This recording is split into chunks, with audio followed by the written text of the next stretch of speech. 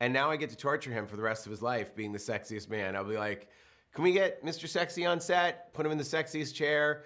Can we get him out of the sexiest trailer? It's great to talk to Eli. Congratulations. Thank you, Sean. I appreciate it. Listen, let's talk about like why it took 15 years since the trailer for Grindhouse to get to this point. Let's get that out of the way. Like what was going on? Was it just that you never really were going to do it or last minute? Do you know what I mean? What happened? Well, it was longer than that. It actually started when I was 12 years old with my best friend Jeff, growing up in Massachusetts, dreaming of making a Thanksgiving slasher film because it was the only holiday not done, and it's the biggest holiday there is in Massachusetts because that's where the dinner took place.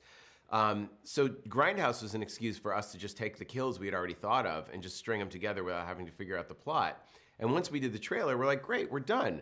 I don't even have to make the movie now. It's perfect. But then the fans started bugging us year after year, and we thought, man, we really should do this, but we didn't know what it was about until we started seeing these Black Friday trampling viral videos where all these superstores, the gates would go up, and people would just, they go to dinner and say they're so thankful, we don't need anything, just our family and our health, and then they kill each other for flat screen TVs and electronics and waffle irons.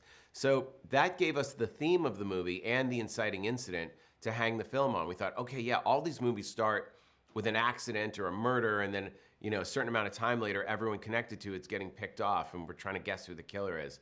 So once we had the Black Friday riots as our opening, the rest of it pretty much fell into place. And Jeff spent a long time just working out the mechanics of the plot. Okay, and you've got Patrick Dempsey keeping everybody in check as the sheriff in this. I mean, did you know on set, is he that smoldering magazine sexiest man alive come release date? Or do you know what I mean? Is he, because it gives the vibe on screen that he is just smoldering all the time. Here's the thing with Patrick Dempsey. We were shooting in one of the coldest parts of the world. It was a freezing winter in Toronto, but you wouldn't know it because Patrick Dempsey was on set, smoldering. Then you combine him with Rick Hoffman, who I believe is runner-up for Sexiest Man Alive, Louis Litt from Suits, and all of a sudden it was like, it was like a bonfire on set. You could just roast marshmallows on them. No, they're the best. I mean, Patrick is one of my favorite people on earth, and now I get to torture him for the rest of his life being the sexiest man. I'll be like, can we get Mr. Sexy on set? Put him in the sexiest chair.